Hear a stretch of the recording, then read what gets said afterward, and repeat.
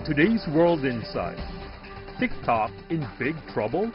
The likely fate of the Chinese-acquired social media app in the face of hostile U.S. policy. And up close and personal with Mark Brzezinski, the son of the legendary diplomat who helped normalize China-U.S. ties. Why have diplomatic missions come under pressure within one generation? What counts in American politics today? Is it expertise? It's more about votes and more about money. That's the American political game.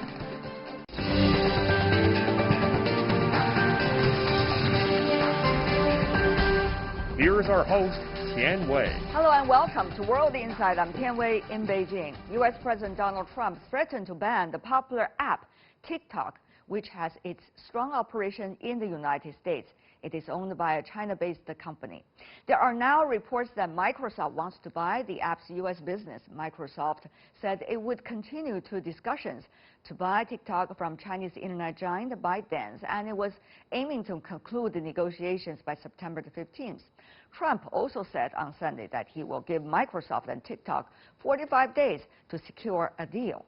Zhang Yiming, however, the founder and CEO of ByteDance, said in an internal company letter on Monday, quote, "We have not reached a final solution yet," end of quote.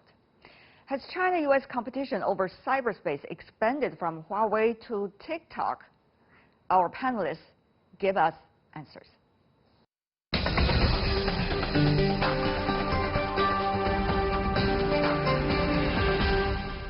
For more on the TikTok's latest development, we are joined by Max Wolf in New York, managing partner at Multivariate, and in Shanghai we have Shen Yi, who's a director of Fudan University Research Center for Cyberspace Governance. Welcome to both of you, gentlemen. It's a pleasure talking to you. Let me start by reading a little bit from the internal letter put forward by Zhang Yiming, the founder and CEO of ByteDance, parent company of TikTok US. In the letter, he expressed the ByteDance's best efforts to comply with US law. He writes, "As you may know, in the current environment, we face the real possibility of a forced sale of TikTok US business by CBS or an executive order banning on TikTok app in the US. We disagree with CBS conclusion because we have always been committed to user safety, platform neutrality, and transparency. However, we understand their decision in the current microenvironment.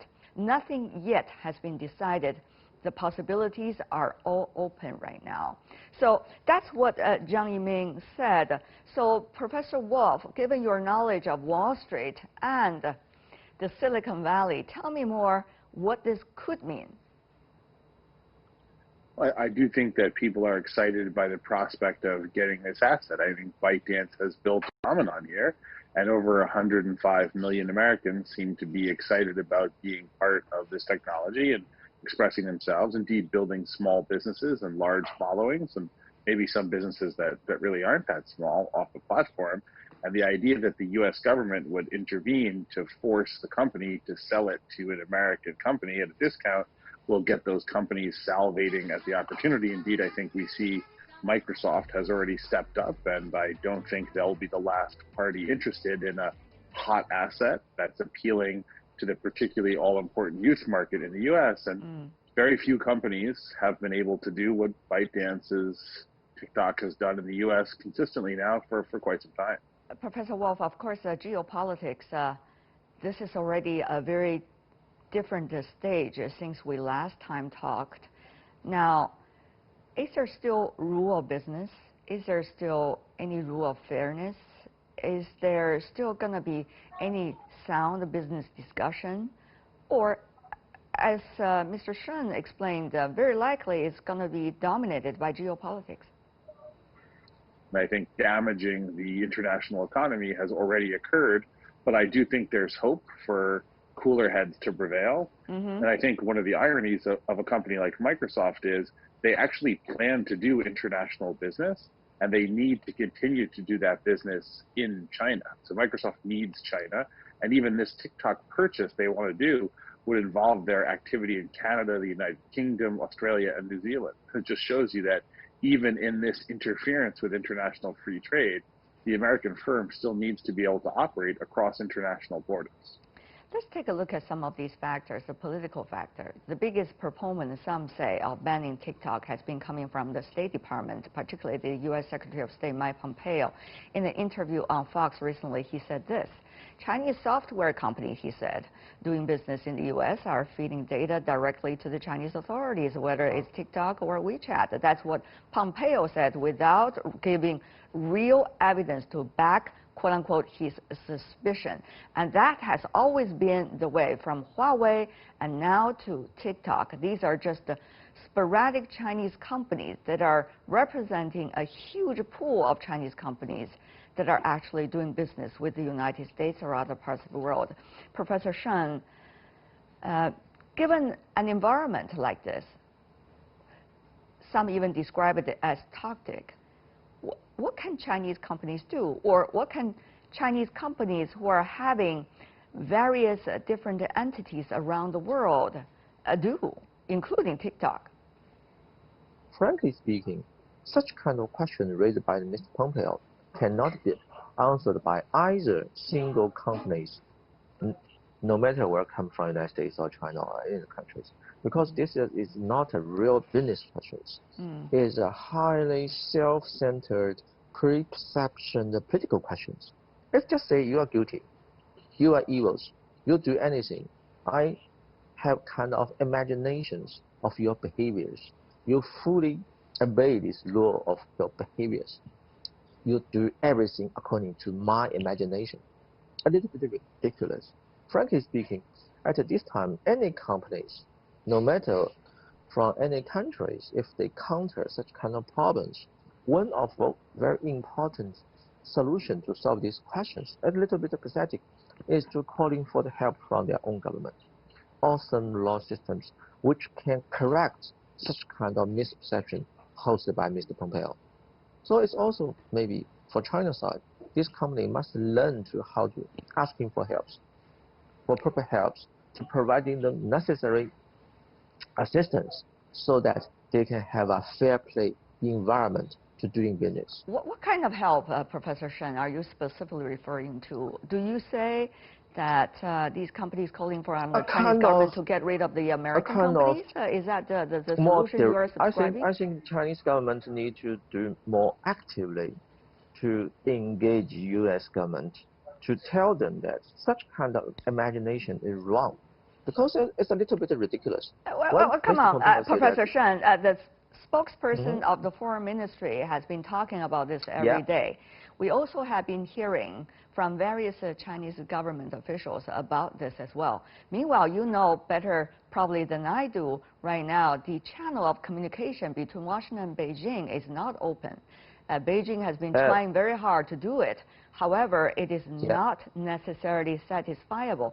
So when you are saying the Chinese government needs to convey to Washington, to whom? And also whether that's a workable plan you just described. I mean that when we talk about that, so that's very typical Chinese cultures. When I talk about that Chinese government intervene, your first perception is China government just use their terms to dialogue, to persuade their counterparts. So exactly what are you saying? Chinese government need to take actions. They will not change their terms and behaviors until they got some lesson. So tit for tat is what Professor Shen would advise to the Chinese government as an intellectual. Now, Professor Wolf, do you think that is the way to do it? Meanwhile, Professor Wolf, the potential of tit for tat, what would that mean for the bilateral economy? Should China and should the United States head that way?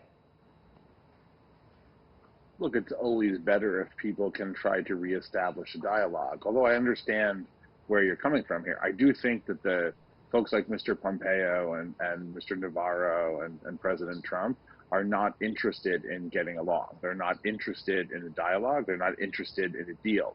They're interested in a pretty aggressive piece of public theater.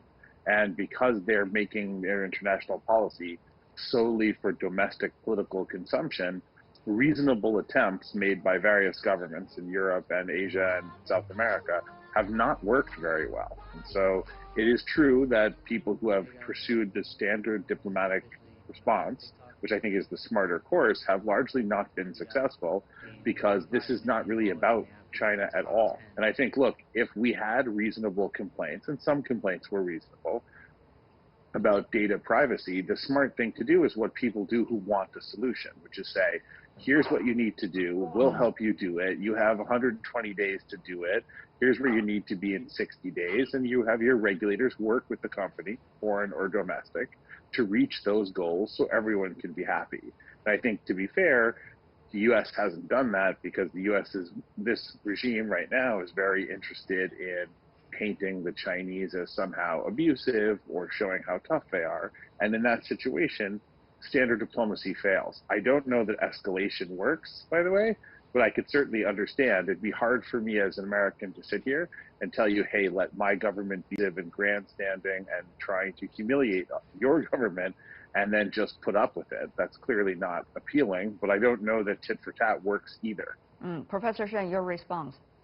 First, a very important correction.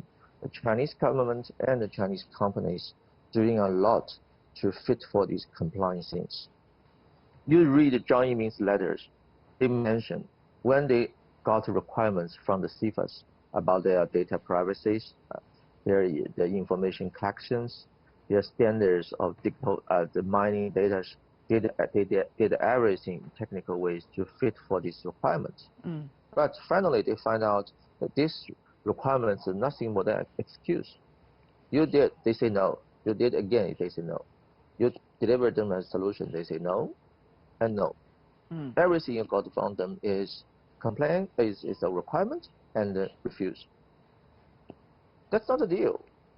There's no reason for China to accept these deals. And the second, tit for tat means escalations. It's not kind of revenge. It's just kind of response. You punch me, I punch back. Same position, same result. To tell you that such kind of punch will not deliver you any advantages.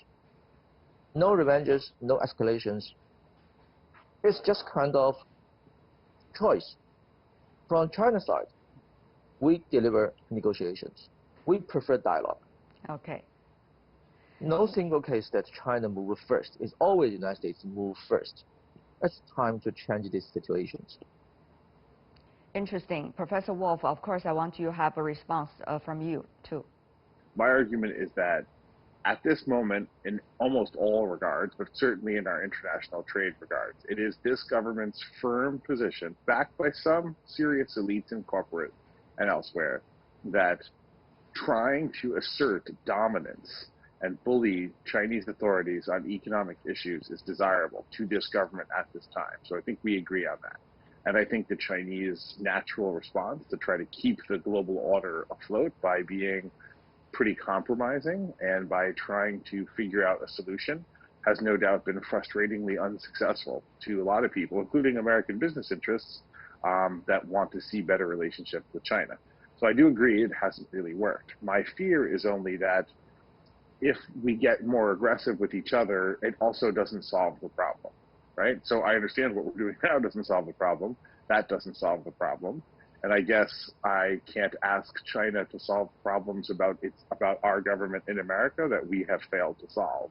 On the other hand, I don't know that there's a large return on pushing back. I would say, though, that you definitely don't want to encourage someone to be abusive to you. I understand that. And since being accommodating and diplomatic has not been successful, I'd imagine between the frustration level, it's also hard to continue to do something that doesn't work. So I'd be sympathetic, but I don't know that I believe it would be helpful.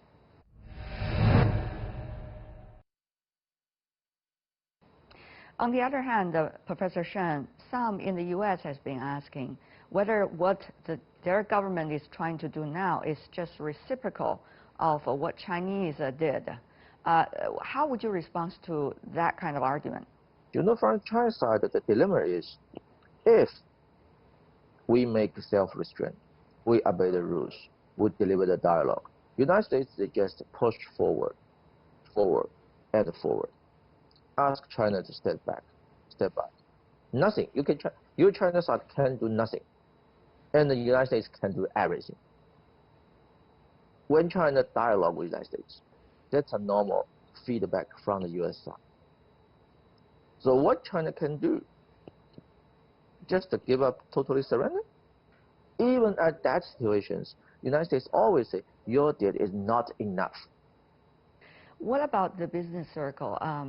Professor Wolf, we all witnessed that interesting moment of the hearing regarding the founders and CEOs of 4 tech giants, Apple, Google, Facebook, and Amazon. And among them, there are someone who stood out. The CEOs of Facebook and TikTok locked recently horns amid the looming ban on TikTok. Zuckerberg attended an antitrust hearing and affirmed that Facebook stands for a set of basic principles giving people voice and economic opportunity, keeping people safe, upholding democratic traditions like freedom of expression and voting. That's claimed by the CEO of Facebook. And meanwhile, he has been claiming it's well documented that the Chinese have been stealing either state secrets or some of the important data coming from the American society without giving his evidence either. So the TikTok CEO, Kevin Mayer, hit back and saying these are attacks by our competitors, namely Facebook, and disguised as patriotism and designed to put an end to our presence in the U.S., as said by TikTok U.S. CEO. So tell me, Professor Wolf, is there going to be a real competition from now on regarding the cyberspace? I mean, this is probably, it's not just the geopolitics. It's the very beginning of a domino effect about how geopolitics will lead the way and overwhelm, overpower the business competition, whether it is in the U.S. market. If it could happen in the U.S. market, it could happen in any market around the world. Professor. Yeah, sure. It's certainly a real danger. Look, I think part of what's happened with TikTok here, with ByteDance, is actually a bigger problem in the U.S., which is the American public has had a series of rude awakenings, really beginning intensely around the 2006 presidential election and elsewhere, and doing some work as I do and as my firm does in data science. Look, I don't think the general public in the United States really understands how their privacy has become a currency, how it's used by companies, including principally the American companies that you mentioned and others, right? And so there's a general late awakening to the realities of modern tech, particularly, mass utilities like Google's and Amazon's and such, and Facebook that everybody's on. So the public is generally uncomfortable with their privacy, and saying that anyone's collecting the privacy freaks them out. It's very easy then for the government to say, and foreigners are collecting it, and you get a sort of knee-jerk nationalism that says, oh, I don't want a foreigner to collect my data, although if you ask them, they don't like the American companies doing it either. So I do think privacy and data is going to be a big issue for states and international organizations to tackle in the next several years. But I think the truth is, whenever you see a fading economic power taking on and confront a rising economic power, there's a lot of effort to reassert past ability to write the global rules. I think you see that come to a real kind of philosophy, basically, with this government that we have right now.